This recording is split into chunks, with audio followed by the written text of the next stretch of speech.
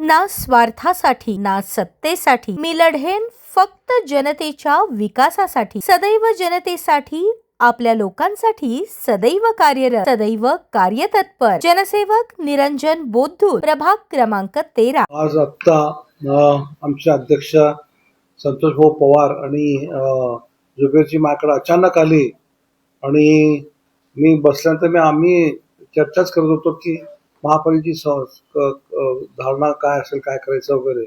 तर त्यांनी मला एक हे दाखवलं की असं असं तुमची एक ऑर्डर निघाली प्रदेश करून आणि माननीय अजितदादा पवार साहेबांनी आणि तटकरे साहेबांनी अशी ऑर्डर काढली की उद्या होणाऱ्या ज्या महानगरपालिकेच्या निवडणुका आहेत त्या माझ्या नेतृत्वाखाली व्हाव्यात असं त्यांचं म्हणणं आहे, त्यात लिहिलेलं आहे असं त्यांनी सांगितलं.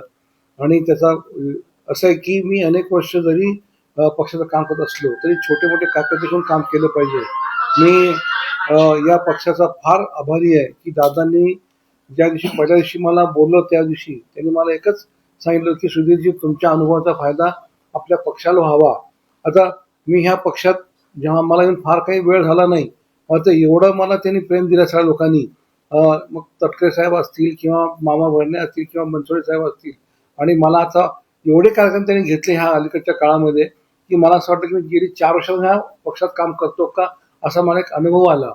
आणि पक्ष संघटनेची जबाबदारी दिल्यानंतर आम्ही नेहमी प्रयत्न केला की ज्या पक्षात राहू तिथं आम्ही इमानदारीने काम करू. आता दादांनी जेव्हा मला एवढा मोठा विश्वास माझ्यावर ठेवलेला आहे किंवा माझ्या उजव्या साईडला जुबेरभाई, डाव्या साईडला संतोषजी आहेत, पाठीमागं आमचा जनरल सेक्रेटरी प्रमोद आहे, आमचे चंद्रकांत दायमाजी आहेत आणि सर्व कार्यकर्ते, आपला वैभव, ही सगळी कंपनी माझ्याबरोबर राहणार, ही टीम असणार आहे. ह्यांचं गाईडलाईन ह्यांचे मदत घेऊन मी काम करणार आहे. मात्र येणारी महापालिका मला अगदी मी माझी कॉलर टेट करून सांगेन की आमच्याकडे ह्या वेळेला जेव्हा आम्ही आमच्या अध्यक्षांनी जेव्हा अनाउन्समेंट केली होती की उद्या अर्ज घेऊन जा, अर्ज घ्यायला गर्दी तर होतीच होती, मात्र अर्ज द्यायला जेव्हा हे लोक आले तर ती जी गर्दी आणि त्यातला उत्साह पाहिल्यानंतर आमचा उत्साह डबल झाला. कारण तिथे मी पाहिलं की MBA केले स्टुडंट्स आले, त्याच्यामध्ये BTech केलेले विद्यार्थी होते, PhD केलेले विद्यार्थिनी होत्या जे आता जॉब करतात आणि they wanted to become a corporate of city. म्हणजे हे एक फार मोठी चळवळ आहे, फार मोठा आशावाद आहे.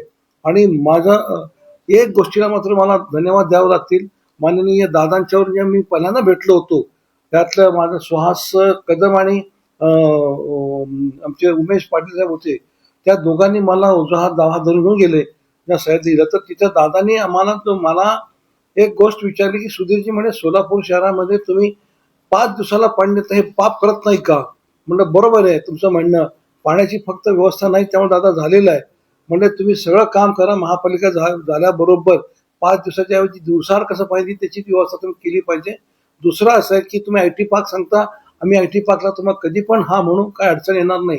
ही जी आत्मीयता त्यांची आहे, हे आपण विचार करतो ते बारामतीचे आहेत का पुण्याचे आहेत, पण त्यांची सोलापूरबद्दल जी आत्मीयता जी होती ती बघून मी पण त्यांच्यावर फार भारावून गेलं आणि त्यांच्याबद्दल माझ्यामध्ये एक वेगळी एक धारणा तयार झाली की मी गेली अनेक वर्ष काँग्रेसचं काम करत असताना मला एवढी इज्जत, एवढी ताकद मला ह्या टीमने दिली असं मला वाटतंय. मला तटकरे साहेबांचा धन्यवाद द्यावं लागतील. गर्जे साहेब तिथे मला त्यांनी ते काही त्यांनी पत्र दिलं, पाठवून सांगितलं मला. आणि या सगळ्या प्रदेशचे जेवढे पण पदाधिकारी त्यांना सगळा धन्यवाद देतो. आणि संतोष भाऊ एक संयमी, शांत संयमी माणूस आहे आणि ते जास्त बोलत नाहीत. मला संतोष भाऊ एवढं ते शांत जरी असले तरी काम त्याचं फार खालच्या याच्यातून पातळीतून चालू असतं. मी जेव्हा त्यांना फोन करतो ते इथं मीटिंगमध्ये असतात वगैरे, तर हे त्याचे स्टाईल आहे काम करायची आणि त्याच्या त्या गोष्टीचा आपल्याला निश्चित फायदा होणार आहे.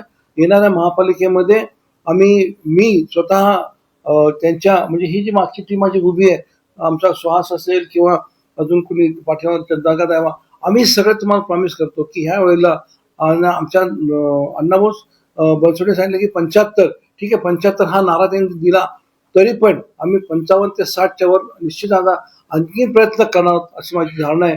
आणि मला ज्यांनी शुभेच्छा दिल्या त्या सगळ्यांचा धन्यवाद, आमच्या प्रदेशला पण धन्यवाद देतो आणि आपल्या पत्रकाराला पण धन्यवाद देतो. धन्यवाद.